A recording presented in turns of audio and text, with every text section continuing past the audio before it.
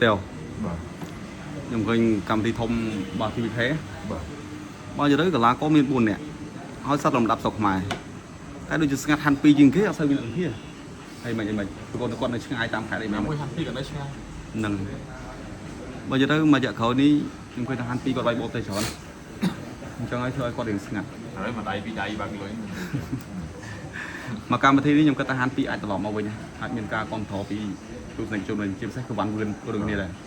បើយើងទៅកន្លះកលំដាប់ណាក៏ដោយទោះយើងល្អប៉ុណ្ណាក៏ដោយតែយើងប៉ះបោទេស3ទឹកច្រើនពេកធ្វើយើងសាបទៅតាមហ្នឹងអាន2ឡលំដាប់គីឡូហាំប៉ុស្តុខ្មែរយើងខ្សែក្បាត់ច្រើនតែបើជាសាមអាយនេះសាគាត់បោទេស3ទឹកទៅធ្វើអាន2សាប់និយាយដាក់បោទេសមកយើងដាប់អាហ្នឹងវាអត់សិតសាបទេតែបោទេសមកមួយជើងក្តោបជើងទៅវិញអាហ្នឹង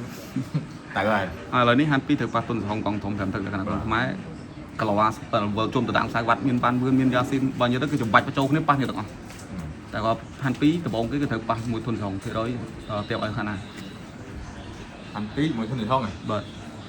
បើខ្ញុំឆ្លាញ់អាបងអូនស៊ីហុងអញ្ចឹងបាទកិនមិនខ្ញុំគិតថាស៊ីហុងនិយាយទៅស៊ីហុងធំក្នុងវាយបាន6 57 59វាយបានបាទប្រភេទក្លាក៏មិនហុងក្បាច់ពីហ្នឹងភេទក្បាច់នេះគ្នាបាច់នេះគ្នាតែមកគូនេះខ្ញុំគិតថាស៊ីហុងដើរចូល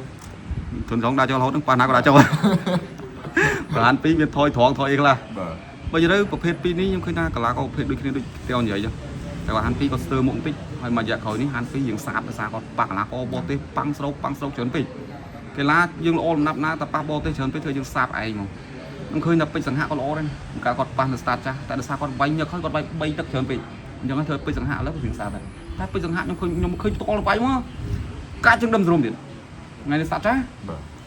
តែដោយសារការប្រកួតប៉ះកន្លះក៏បោទេសញឹកពេកហើយវាយតែ3ទឹកអញ្ចឹងហើយធ្វើឲ្យកន្លះក៏ខ្លួនឯងនេះធ្លាក់មកសាបវិញមកបើនិយាយទៅកម្មវិធីនេះខ្ញុំគិតថាវ៉ាន់វឿនក៏អាចនឹងមកវិញ